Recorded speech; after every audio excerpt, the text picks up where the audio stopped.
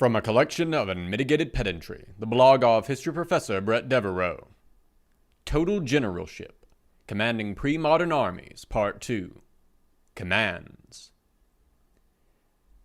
This is the second of a three-part look at the role of the general in a pre-modern army, particularly in the context of a pitched battle. Last week, we looked at the information a general might have before and during a battle. What we found was that, in contrast to the broadly omniscient generals of film and video games, actual generals had to work in an information environment which was both unsure, that is, information was frequently false, and substantially incomplete. This week, we're going to turn to look at what the general can do with that information, focusing on his actions during the battle itself. As we'll see, the role of the general during the battle can be divided effectively in two parts, which we might term command and leadership. Command is the thing that most video games simulate, the specific tactical choices the general makes concerning the disposition of his army, its movement, and so on. But as important, often more important, was the general's leadership role, inspiring his troops, performing the role of general to their satisfaction, and giving them a sense of confidence in the possibility of victory. While popular culture often focuses more on command in pre-modern armies, leadership was, as we'll see, often the dominant factor, though command is by no means absent. At the same time it is focused on command, the popular vision of it dispenses with many of its inherent limitations. I suspect every military historian who has ever discussed a pre-modern battle with a lay audience has gotten some version of, well, why didn't they do X? Where X was a battle plan far too intricate, too finicky, and complex, and most importantly required too much agility in command. That is, too much ability to change the plan on the fly to ever be implemented. Often, they are plans with so many moving parts that one wonders if they could be accomplished with modern communications equipment.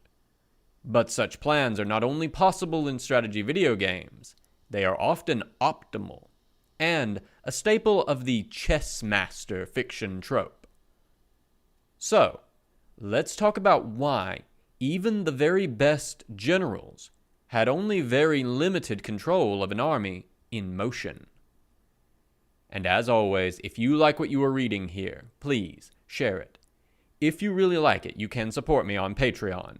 And if you want updates whenever a new post appears, you can click below for email updates, or follow me on Twitter @Bret for updates as to new posts, as well as my occasional ancient history, foreign policy, or military history musings. Point and click command. Of course, in a game like Total War, this is all very easy. You click on your unit, and then you click where you want it to go. The unit responds almost instantly and understands your orders exactly. Indeed, when the latest Total War game, the fantasy-themed Total War Warhammer 3, released, there was a bug where some units, mostly missile infantry, would take 1 or 2 extra seconds to respond to orders. This was a major problem. Creative Assembly had to rush to fix it. Note 1. In fairness, rush may not be an accurate word to use to describe Creative Assembly's currently glacial pace of development on TW Warhammer 3, though my sense is that this was a resource allocation issue within CA, and no fault of the developers themselves. End of note 1. As we'll see, in a real battle, when seconds count, new orders are only a few minutes away. Well, sometimes they're rather more than a few minutes, or not coming at all. This is also true, of course, in films.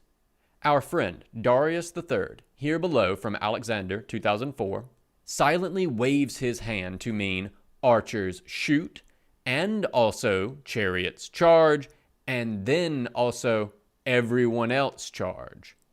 Keeping in mind what we saw about the observation abilities of a general on horseback, you can well imagine how able Darius's soldiers will have been to see his hand gestures while they were on foot from a mile or so away. Yet his army responds flawlessly to his silent arm gestures. Likewise, the flag signaling in Braveheart's 1995 rendition of the Battle of Falkirk, a small banner raised in the rear, is used to signal to soldiers who are looking forward at the enemy, combined with a fellow shouting, "Advance!" Note 2. I feel the need to note that Braveheart is one of those films that mangles its history so badly that I can't really watch it. The characters are wrong, the battles are wrong, the equipment is wrong, the sets are wrong. Only the soundtrack is good, and mercifully, one can listen to that without having to experience the rest of the film. End of note 2. One is left to assume that these generals control their armies in truth through telepathy. Image. Screenshot from Alexander of Darius signaling with his arms. Image description. Touchdown! Wait, no, actually, I mean charge. Well, some of you. Not you or him, but that guy. Hey, you, get running. No, not you, the other you. End of image description. There is also never any confusion about these orders. No one misinterprets the flag or hears the wrong orders. Your unit commanders in Total War never ignore or disobey you. Sure, the units themselves can rout, but you never have a unit in good order simply ignore your orders, a thing which happened fairly regularly in actual battles. Note 3. Ultimate General Gettysburg and its sequel, Ultimate General Civil War, attempt, to a degree, to actually give their colonels and brigadier generals some independence, and so they occasionally will not advance when you tell them to, or retreat when you tell them to hold if morale is low. But you never glance over to your left flank to find out that Dan Sickles is just not there, because he has decided to position himself 1.1 kilometers in advance of his intended position, in an act of pure insubordination. Not that I am saying that would be fun gameplay, but it would be accurate gameplay. End of note 3. Instead, units are unfailingly obedient, right up until the moment they break entirely. You can order untrained, unarmored, and barely armed pitchfork peasant levies to charge into contact with well-ordered, plate-clad knights, and they will do it. Note 4. In actual warfare, doing something like that would often cause the line to break before contact, because your soldiers are not stupid, and if you charge them into something obviously suicidal, they'll just run away. They won't typically wait to take 50% casualties first. End of note 4. The result is that battle plans in modern strategy games are often impressively intricate, involving the player giving lots of small, detailed orders, sometimes called micro, short for micromanagement, to individual units. It is not uncommon in a total war battle for a player to manually coordinate cycle charges, having a cavalry unit charge and retreat, and then charge the same unit again to abuse the charge bonus mechanics, while also ordering their archers to focus fire on individual enemy units, while simultaneously moving up their own infantry reserves in multiple, distinct, maneuvering units to pin dangerous enemy units, while also coordinating the targeting of their field artillery. Such attacks in the hands of a skilled player can be flawlessly coordinated, because in practice, the player isn't coordinating with anyone but themselves. And I think most people have an intuitive sense that Battlefield Command didn't work like this. But it is worth discussing why, because of how that why places limits on a general's ability to micromanage his battles. Performing generalship. We have to start not with tactics or the physics of shouting orders, but with cultural expectations. First, we need to establish some foundations here. First, in a pre-modern battle, arguably in any battle, morale is the most critical element of the battle. Battles are not won by killing all of the enemies, but by making the enemies run away. They are thus won and lost in the minds of the soldiers, whose minds are, of course, heavily influenced by the likelihood that they will be killed or the battle lost, which is why all of the tactics still matter. Second, and we've actually discussed this before, it is important to remember that the average soldier in the army likely has no idea if the plan of battle is good or not, or even if the battle is going well or not. He cannot see those things because his vision is likely blocked by all of his fellow soldiers all around him. And because, as discussed last time, the battlefield is so large that even with unobstructed vision, it would be hard to get a sense of it. So, instead of assessing a battle plan, which they cannot observe, soldiers tend to assess battle commanders. And they are going to assess commanders not against abstract first principles, nor can they just check their character sheet to see how many stars they have next to command, but against their idea of what a good general looks like. And that idea is, as we're about to demonstrate, going to be pretty dependent on their culture, because different cultures import very different assumptions about war. As I noted back in the Helm's Deep series, quote, an American general who slaughtered a goat in front of his army before battle would not reassure his men. A Greek general who failed to do so might well panic them, end quote. An extreme example, to be sure, but not an absurd one. In essence, then, a general who does the things his culture expects from him is effectively performing leadership as we've defined it above. But the inverse of this expectation held by the soldiers is that generals are not generally free to command however they'd like, even if they wanted to. Of course, most generals are going to have the same culturally embedded sense of what good generalship is as their soldiers. Precisely because a general knows his soldiers are watching him for signs that he is their idea of a good general, the general is under pressure to perform generalship, whatever that may look like in this cultural context. That is going to be particularly true because almost all of the common models of generalship demand that the general be conspicuous, be available to be seen, and observed by his soldiers. As a result, cultural ideals are going to heavily constrain what the general can do on the battlefield, especially if they demand that the general engage personally in combat.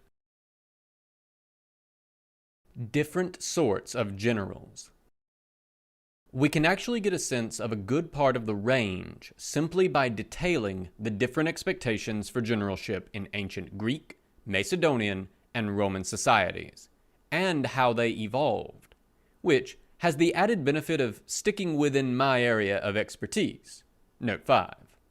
The description that follows borrows a fair bit, including the term battle manager, from E. Wheeler, The General as Hoplite, in Hoplites, The Classical Greek Battle Experience, 1993. End of Note 5. On one end, we have what we might call the warrior hero general. This is, for instance, the style of leadership that shows up in Homer, particularly in the Iliad, Note 6. Of course, these are fictional works, though the communis opinio of scholars is that warfare in Homer is mostly a pastiche of warfare in his own day. that is, the late Dark Age, very early Archaic, including the preference for commanders to lead from the front. End of note 6. But this model is common more broadly. For Homer, the leaders were among the promachoi, forefighters, who fought in the front ranks or even beyond them, skirmishing with the enemy in the space between their formations, which makes more sense, spatially, if you imagine Homeric armies mostly engaging in longer-range missile exchanges in pitched battles, like many First System armies. The idea here is not, as with the heroes of Homer, that the warrior hero general simply defeats the army on his own. Note 7. Though where the warrior hero general is also the king, state accounts of the battle may choose to represent it as if the king slew the enemy all on his own, as with, for instance, the Kadesh inscription. As with, for instance, the Kadesh inscription. End of note 7. But rather that he is motivating his soldiers by his own conspicuous bravery, leading by example. This kind of leadership, of course, isn't limited to just Homer. You may recall Bertrand de Born praising it as well. Quote, "And I am as well pleased by a lord when he is first in the attack, armed upon his horse, unafraid, so he makes his men take heart by his own brave lordliness." End quote. On the opposite end of the spectrum, there is the pure general as commander ideal, where the commanding general, who may have subordinates, of course, who may, even in later armies, have general in the name of their rank, is expected to stay well clear of the actual fighting, and instead be a coordinating figure. This style, for reasons that we'll get to a little later in this post, is fairly rare in the pre-gunpowder era, but becomes common afterwards. Because in this model, the general's role is seen primarily in terms of coordinating various independently maneuvering elements of an army. A general that is stuck in personally cannot do this effectively. And it may seem strange, but violating these norms with excessive bravery can provoke a negative response in the army. Confederate General Robert E. Lee attempted to advance with an attack by the Texas Brigade at the Battle of the Wilderness, May 6, 1864, only to have his own soldiers refuse to advance until he retired to a more protected position. Note 8. This episode is often presented with the rose tint of Lost Cause framing, as showing Lee as beloved of his soldiers. But it should be noted that in this same battle, Lee's best living corps commander, Longstreet, also proceeded recklessly forward and was wounded by friendly fire, not very far from the spot where Jackson had been killed by friendly fire 2 years earlier. So, one may well instead read it as a sterling example of how the chivalrous, their word, not mine, ideal of leading from the front, held by the enslaver-planter aristocracy of the South, was frankly unsuited to the warfare of their era, and actually detrimental to their battlefield performance. End of note 8. Of course, this sort of pure coordination model is common in tactical video games, which only infrequently put the player as general on the battlefield. Or, even if the general of the army is represented on the battlefield, the survival of that figure is in no way connected to the player's ability to coordinate the army. In practice, pre-modern, which is to say pre-gunpowder, generals almost never adopt this pure coordination model of generalship. The issue here is that effective control of a gunpowder army both demands and allows for a lot more coordination. Because units are not in melee combat, engagements are less decisive. Units advance, receive fire, break, fall back, and then often reform to advance again. By contrast, a formation defeated in a shock, note 9, technical term meaning close combat, as with swords, spears, bayonets, or other contact weapons, end of note 9. Engagement tends not to reform, because it is chased by the troops that defeated it, giving more space for units to maneuver in substantially longer battles. Moreover, units under fire can maneuver, whereas units in shock generally cannot, which is to say that a formation receiving musket or artillery fire can still be controlled and moved about the field, but a unit receiving sword strikes is largely beyond effective command except for retreat. In between these two extremes sits variations on what Wheeler, see footnote above, terms a battle manager, which is a bit more complex, and we'll return to it in a moment. What I want to note here is that these expectations are going to impact where the general is on the battlefield, and thus what he can do to exert command. A general in a culture which expects its leaders to be at the front leading the army has the advantage of being seen by at least some of his soldiers. Indeed, that is the point. They need to see him performing heroic leadership.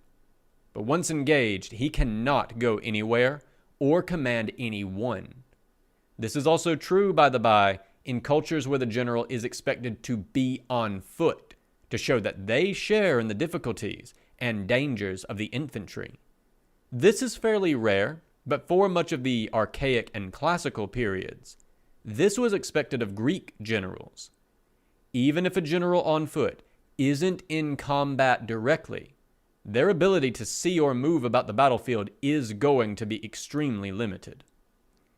On the flip side, a general who is following the commander ideal is likely to be in the rear, perhaps in an elevated position for observation.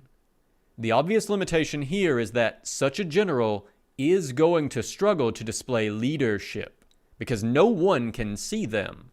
Everyone is facing towards the enemy, after all. But that also impacts their ability to command. No one is looking at them. So if they want to change their plans on the fly, they need to send word somehow to subordinate officers who are with or in front of the battle line, who can then use their visibility to communicate those orders to the troops. And those communication problems bring us to signals and shouting.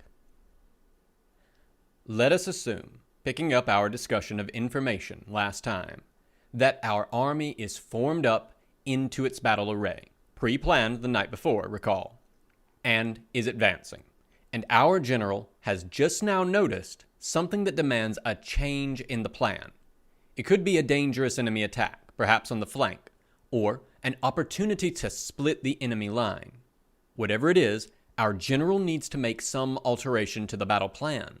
It is almost certainly a fairly minor alteration, as with a battle line anywhere from a kilometer to several kilometers long, it would, for instance, take far too long to shuffle the right to left order of the line, just due to the marching time involved.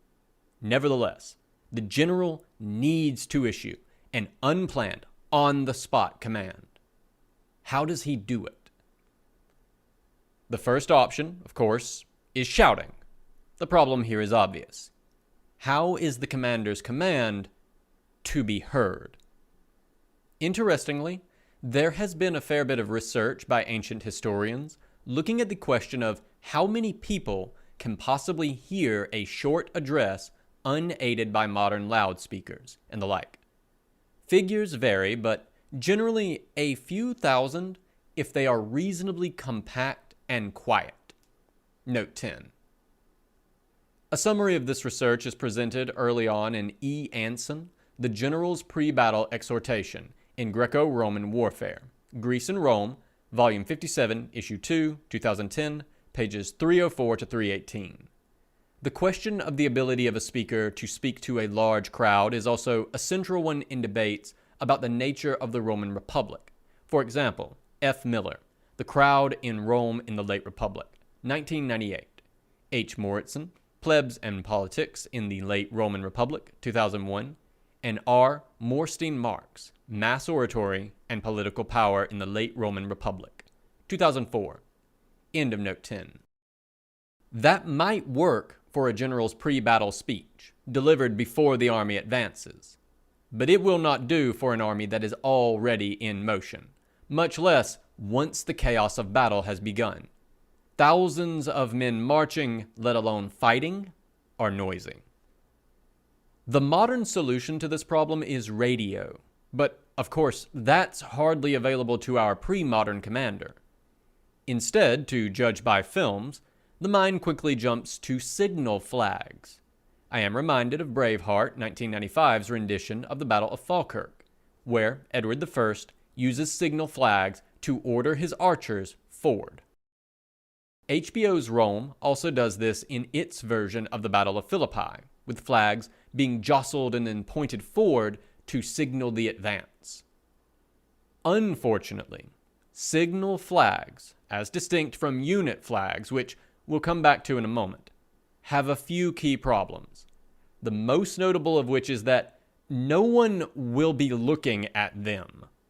After all, the army is advancing. The soldiers are looking forward, but signal flags, again, as opposed to unit flags, are going to be behind them, not placed out in the middle of no man's land between the armies.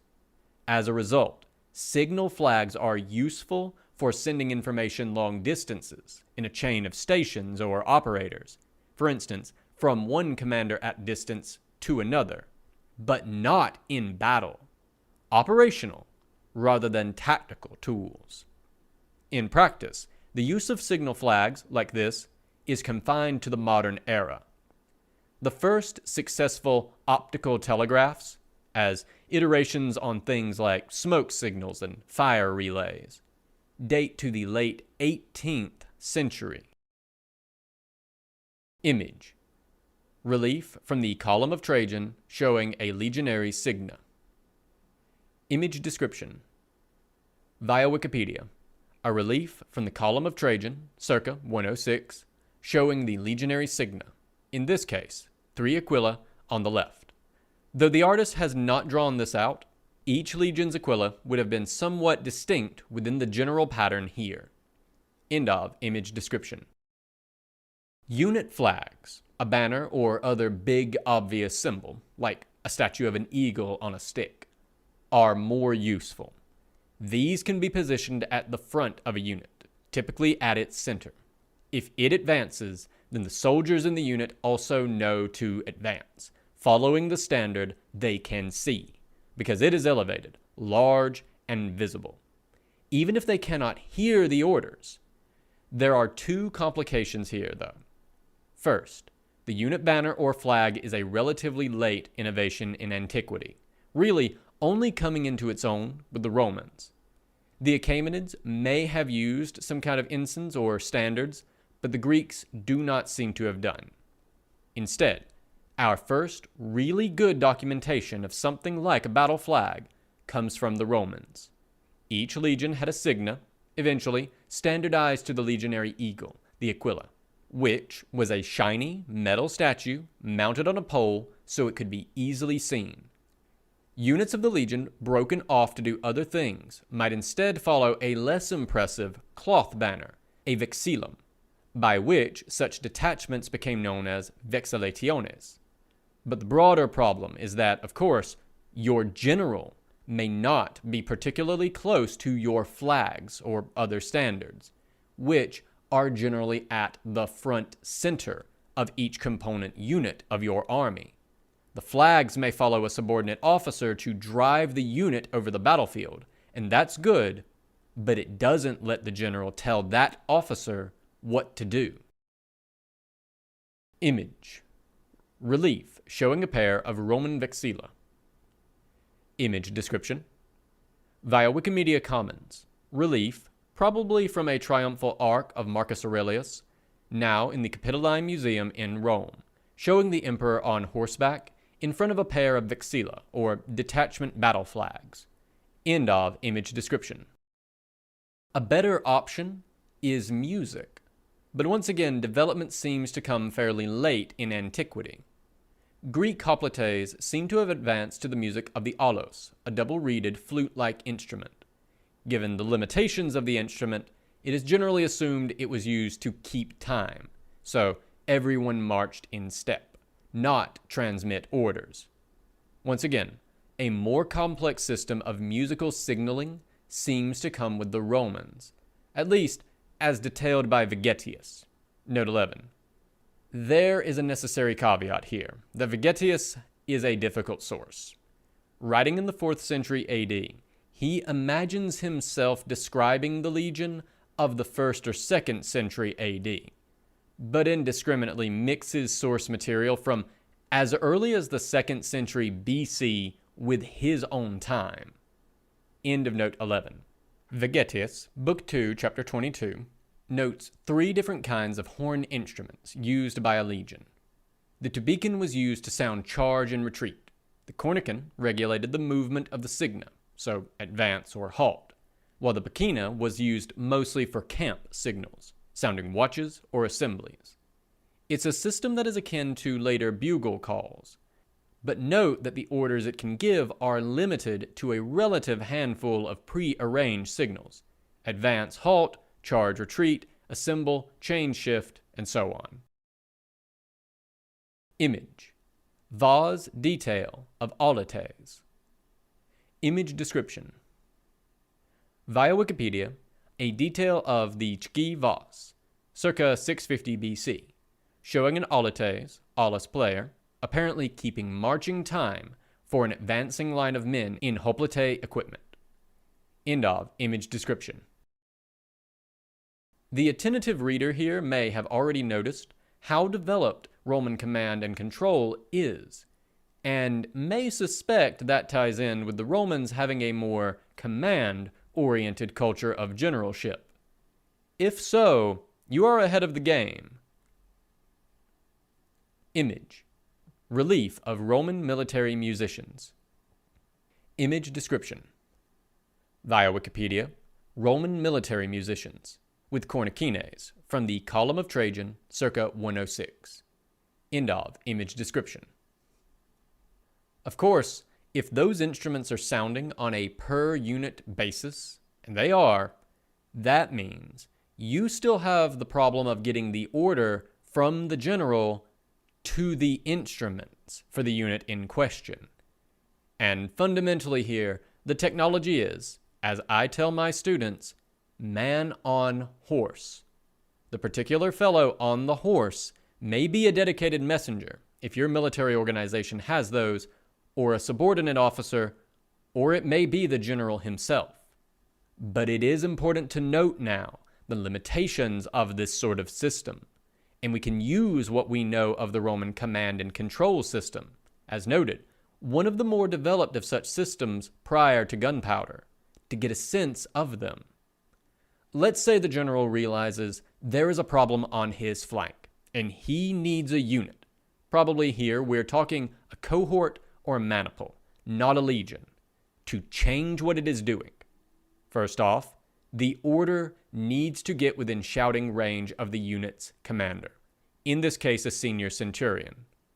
The general can either go themselves or send a messenger. Both options have their downsides.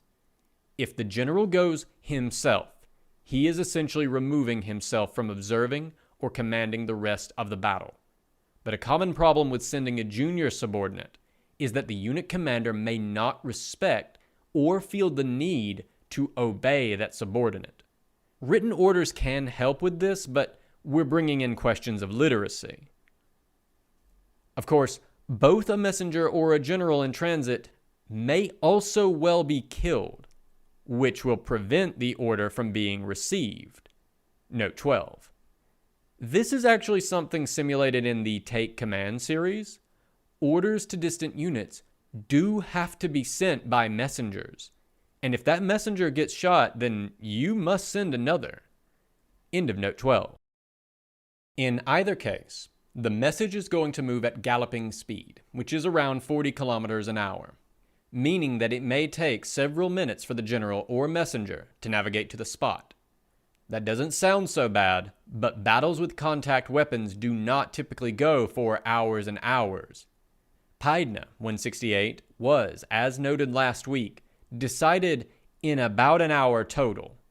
Of course, a battle might be longer or shorter than this, though much of that extra time is likely pre-battle skirmishing. The actual direct press of infantry formations in shock rarely lasts long because of the terror of it, and, to a lesser extent, its lethality. We'll return to the balance of terror and lethality next time. Imagine if you were playing a Total War game and your input delay was, say, 5 minutes long in a battle that might only last an hour or two. But of course, galloping time isn't the end of it. The message now has to be conveyed to the unit. In the Roman system, that means the messenger needs to find the appropriate centurion, explain the order to him, and then ideally that fellow will then signal the instruments and signa to act accordingly. But even then, those instruments and signa only have a handful of prearranged signals available. Anything more complicated will need to be shouted down the line the old-fashioned way. As we know, for instance, the Spartans did, for lack of almost any of the rest of this apparatus of command. Xenophon, Constitution of the Lacedaemonians, chapter 13, section 9. Needless to say, that means that giving any complex order to a unit already engaged or about to be engaged is going to mean starting by signaling retreat and then attempting to regroup the unit. Regrouping an already retreating unit is one of the most difficult tasks on a battlefield, and is rarely performed successfully in an unplanned fashion. Even in a planned fashion, it goes wrong as often as it goes right. This is, by the by, why reserves are so important. An unengaged unit hanging behind the lines can be given new orders, far, far easier than a unit that is already engaged or about to be. And indeed, those familiar with the Roman system of fighting with its 3 lines of heavy infantry will note that it is a system heavy on reserves. Indeed, the Manipular Legion essentially assumes it will be necessary to retreat and regroup the first line of heavy infantry, the hastati, behind the second, the principes, and plans and drills for that. Note how the Roman command culture, the Roman fighting method, and the actual apparatus of messengers, signa, instruments, and junior officers all align here. That's common because these sorts of institutions tend to co-evolve. By contrast, we may compare a Greek hoplite army in the classical period. It has no battle flags or ensigns, and the general is expected to fight on foot. In the past, I've described the resulting phalanx as an unguided missile, and that is a big reason why. That's not to say hoplite generals never exerted command on the battlefield. Better generals might keep a reserve to be rushed to important points, as Pagondas does at the Battle of Delium in 424 BC. But for the most part, once a hoplite general formed up the army and hit go, they had very little control over the army. Being seen. The modern instinct here is to look at the contrast between a command-oriented general and a leadership-oriented one, and to wonder why any culture preferred from the front leadership instead of from the back command. This is in part because we are simply unconsciously preferring our own model of generalship. But it is also because modern warfare, with its tremendous dispersion, things are much more spread out to avoid the massive firepower of modern weapons, makes visual leadership, being seen performing leadership, impossible beyond the smallest units. Note 13. That isn't to say leadership in modern armies isn't important. It is very important, potentially more important because it cannot usually be done visually. End of note 13. But remember, battles are not won by killing all of the enemies, but by making the enemy run away. Which means battles are principally won in the minds of the combatants.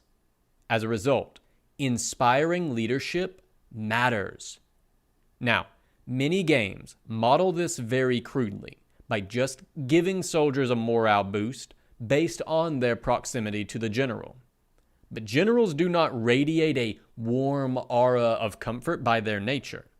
In a real battle, they need to be seen, humans being primarily visual creatures.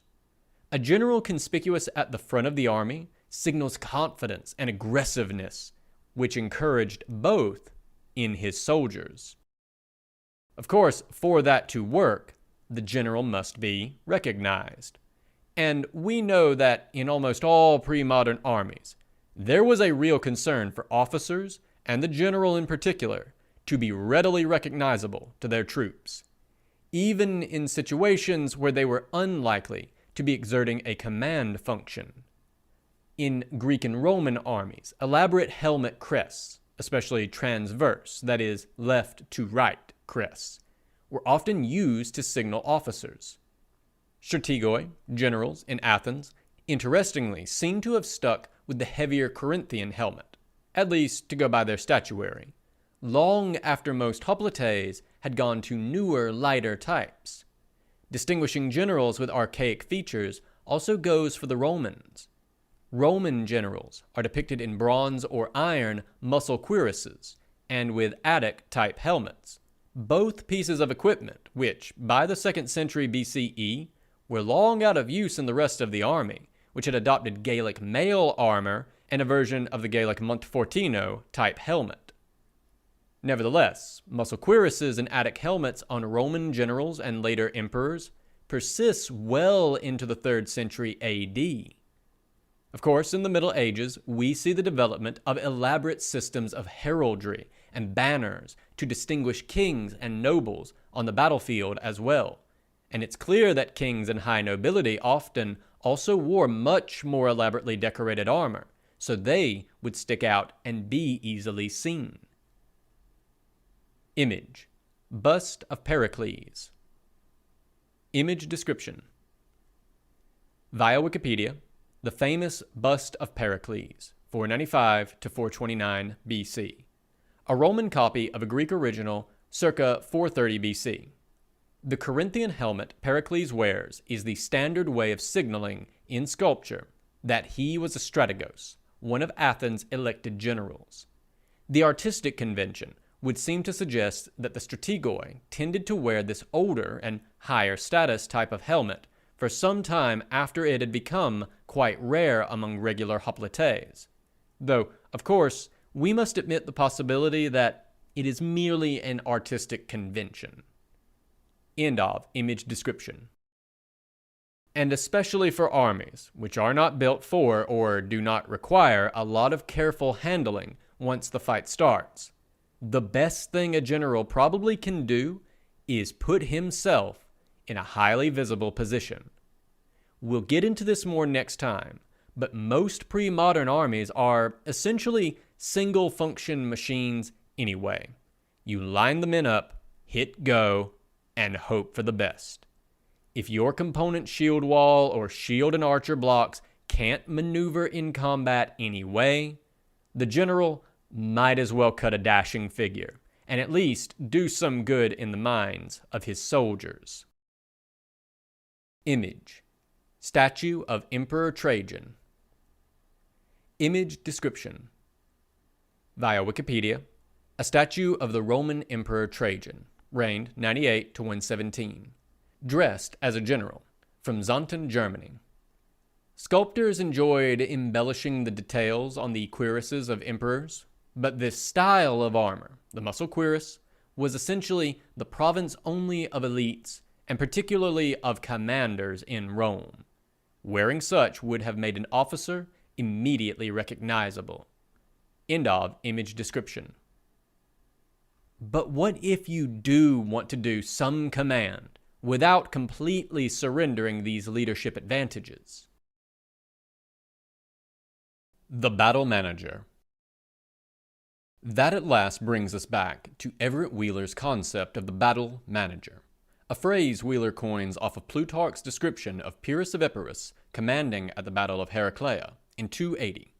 Plutarch, Life of Pyrrhus, chapter 16, section 8. Plutarch stresses both that the battle, quote, did not blur his power of calculation, end quote, but that Pyrrhus also was, quote, running from one spot to another and bolstering those seeming to be overpowered, end quote, and thus, quote, managed the battle, end quote. Wheeler is mostly concerned with battle manager generals in the Greek context in that particular chapter, but I think we can extend the idea a little bit and draw distinctions between two models, which I'll call the Alexander model and the Caesar model. Both sit between the warrior hero general and the pure commander general on the leadership command spectrum, but the Alexander model is a bit closer to the warrior hero, and the Caesar model is a bit closer to the commander model. Before we dive into either, it has to be noted that for a battle manager to work to its full potential, the army has to be organized correctly for it. In particular, I hope you will note in the next few paragraphs how important subordinate and junior officers, some we might classify as NCOs, are to this system working, for two key reasons. First, the battle manager has to be able to delegate to these fellows. He cannot be everywhere, and almost certainly has an army that is complex enough to require some coordination and command at all levels. So, he needs subordinates in command of each component unit who can handle well enough on their own in normal circumstances, and who can also perform visual leadership for their own smaller unit. At the same time, he has to be able to command through those subordinates for the reasons we discussed above. If we look at the way Alexander commanded in battle, even beginning with Chaeronea before he was king, there is a fairly common pattern. Command of the infantry bulk of the army, the Macedonian Subrisa phalanx, was entrusted to key subordinates. In this case, the structure was that there was an overall commander of that section of the army. Early on, this was Parmenion, which was then broken into 6 taxis, each commanded by a taxiarch, who was a noble Macedonian companion of Alexander's. Those taxis were then subdivided into the basic unit of the phalanx, the syntagma of 256 men, which seem to have been able to maneuver independently, but normally would be joined together to make the taxis one coherent wall of sarissa points. Other units, similarly, had commanders and subcommanders. Image. Diagram of the Battle of Gaugamela, initial dispositions and opening movements. Image description. Via Wikipedia, a map of the Battle of Gaugamela. Notice how Alexander is effectively in charge of his cavalry contingent and nothing else, trusting Parmenion to hold up the left flank long enough for Alexander to achieve a decisive result on the right. End of image description. Alexander himself rode at the front of his companion cavalry, his elite striking cavalry formation. There's a good deal of sense to that. Alexander is the fellow who comes up with the battle plan and is supposed to be thinking about the situation on the whole field. By being with his most powerful, mobile striking force, the moment he sees an opportunity, he can move immediately with that force to capitalize on it. Alternately, other generals in the Alexander mode, if they saw a danger, could move with that force to stabilize it. And that's exactly what Alexander does over and over again. The pressure of the phalanx creates weaknesses in the enemy force, and when Alexander sees those gaps, he leads the companion cavalry, with elite light troops in tow to support, straight into that gap. Image. Diagram of Battle of Gaugamela, Alexander's decisive moment and final attack. Image description. Also from Wikipedia, Alexander achieving a decisive result on the right. End of image description. Now, 2 notes here. First, what this means about Alexander's command opportunities. He really is driving the companion cavalry, and relying mostly on his other commanders to handle their parts of this army. His ability to influence them beyond coming up with the general plan before the battle is limited. At best, he could send a messenger, but obviously once he commits the companion cavalry and himself, that's hardly an option anymore. On the flip side, by commanding the companion cavalry as a sort of reserve, albeit an offensive force he intends to commit fairly early, he still has some control over the course of the battle. The second thing, of course, is that he sacrifices very little of the leadership benefits in so doing, because he is still charging forward, highly visible, with his very distinctive helmet and cloak at the head of the cavalry, where everyone can see him being aggressive, confident, involved in the battle, and sharing in the peril of his men. Image: Mosaic of Alexander. Image description: via Wikipedia, a detail of the Alexander mosaic from the House of the Faun in Pompeii, an early 1st century BC copy of a likely 3rd century BC original, depicting the Battle of Issus. Alexander rides boldly at the head of his companion cavalry, charging directly at Darius. Out of picture here. End of image description. Caesar provides a different model, though it should be noted this isn't particular to him, but rather Caesar performs with uncommon excellence a broadly common Roman model of command. First, Caesar did not particularly attach himself to any unit in his army. He rode with his own retinue, of course, but this was not a dedicated striking force the way Alexander's larger body of companion cavalry was. Instead, reading his battles and campaigns, Caesar seems frequently in motion, or else positioned on ground designed for observation. At Alesia, 52 BC, for instance, Caesar expressly notes that in the chaotic final engagement, he, quote, found a suitable place where he could see what was happening in each part of the battlefield, end quote. Caesar, Gallic Wars, Book 7, Chapter 85.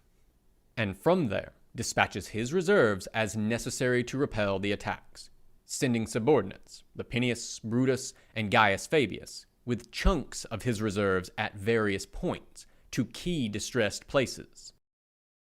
What I want to note here is that Caesar can only send the reserves he has. Even being Gaius Julius Caesar, with all of the skill that implies, the moment he sends these fellows, he loses control of them. Once a cohort, Caesar's battlefield maneuver unit of preference, representing 1/10 of a legion, is engaged, Caesar can't do much to control it anymore, and rarely tries.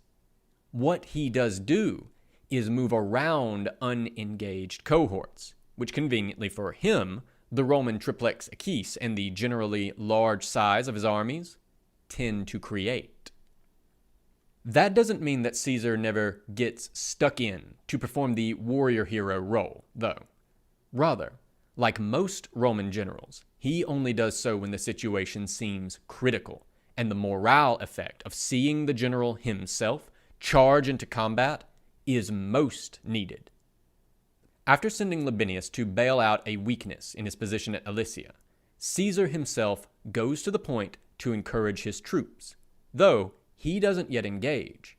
Caesar, Gallic Wars, Book 7, Chapter 86. In part because he seems to be waiting to see if Brutus and Fabius can resolve the other critical point in his line.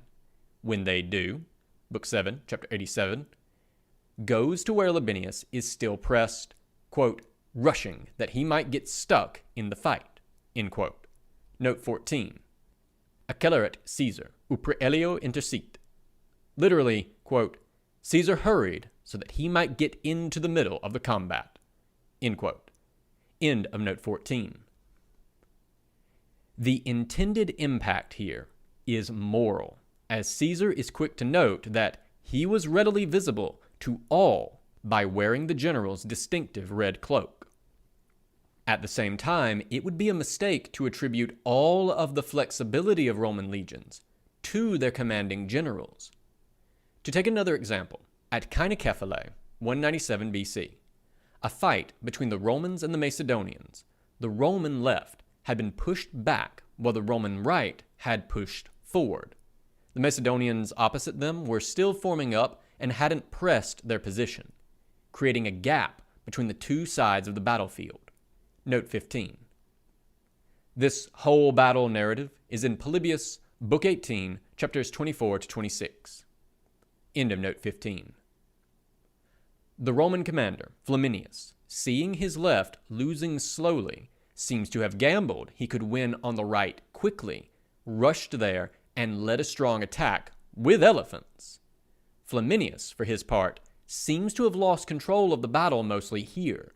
Most of his troops pursued the fleeing Macedonians on the right, with the potential danger that they might chase them off of the field, allowing the Macedonians to win on the other side of the battle. But at this point, an unnamed junior officer, a military tribune, rallied up 20 manipoles, about half a legion, and turned and plowed them straight into the Macedonian flank, winning the battle. Junior officers like this frequently matter in Roman battles. To take another example, Caesar's army at Bibracte, 58 BC, famously manages the feat of winning when attacked in both the front and the rear, by about-facing its third line and attacking in both directions at once.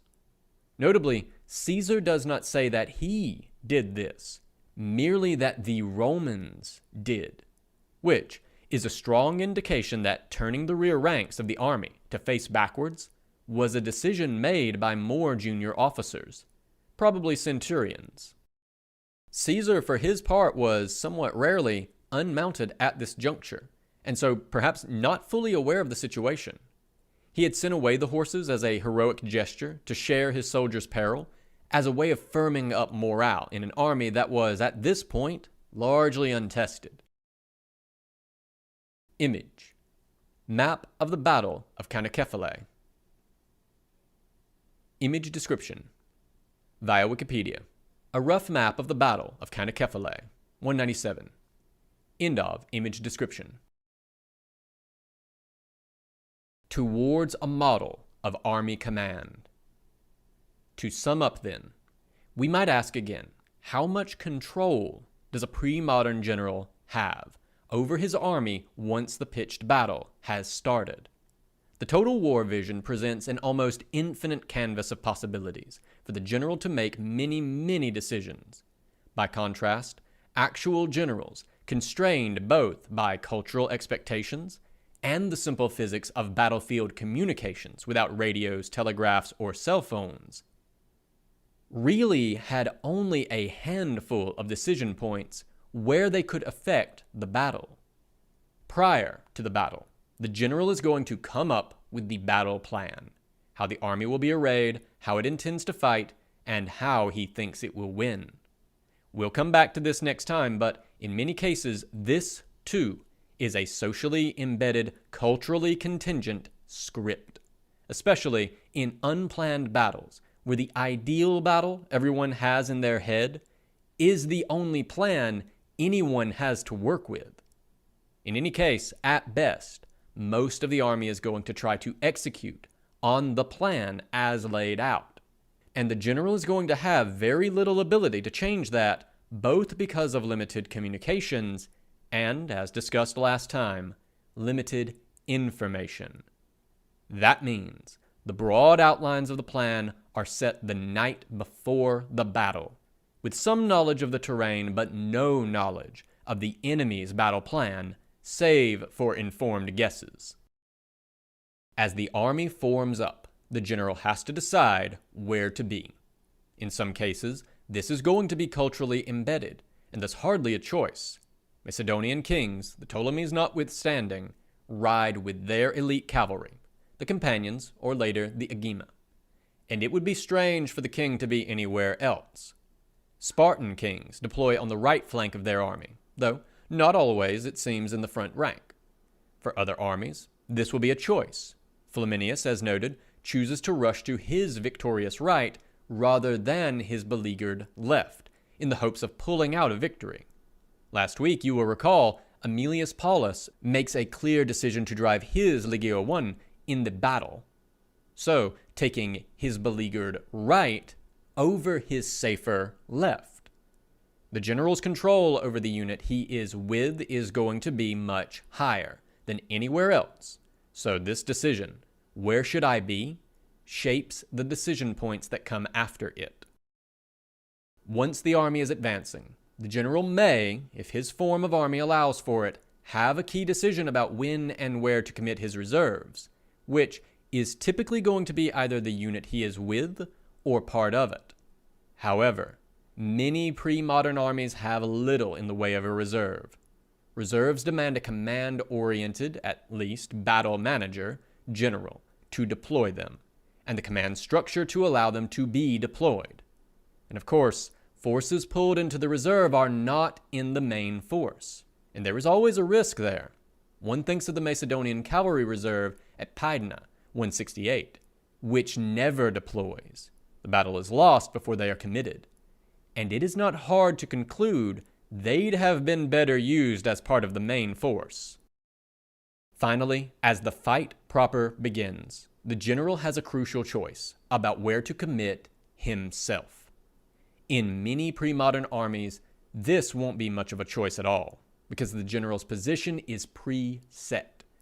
But for more flexible command systems, this choice is crucial. By committing himself to a specific point, the general can produce local morale effects or exert much finer control over a very specific unit, like the companion cavalry. But doing so effectively takes him out of the rest of the battle, meaning that everything else about the plan now relies entirely on his subordinates. It is striking that Caesar tends to wait until things are truly critical before ever engaging himself.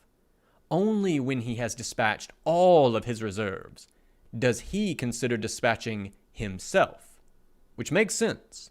Once he charges in, he's no longer in a position to order his reserves to do anything anyway. And that is about the limit of the command options available to the general. Beyond these basic decisions, the general is mostly stuck hoping his subordinates and the rest of the army can execute on the plan. Needless to say, it is not hard to see why mainstream tactic games do not work like this. Having to make a plan effectively blind and then mostly just hope it goes well would be very frustrating for many players. It was frustrating for many generals too, of course. Next week, we're going to complicate this picture even more by looking at the army itself and how its organization, subordinate officers, level of drill, and informal doctrine further shape and constrain command decisions, but also situations in which they allow armies to respond dynamically without the general's input. This has been a recording from a collection of Unmitigated Pedantry, the blog of history professor Bret, recorded by myself, A Great Divorce, for accessibility and sharing purposes. If you enjoyed this content and wish to engage with it or support Bret, please check the description for links to the original post on his blog, his Twitter, and his Patreon. I highly encourage you to share, support, and engage with his works on any and all platforms if you are so inclined. If you wish to support me, please do remember to like, share, and subscribe to this or any other content here that you enjoy. Thank you so much for listening.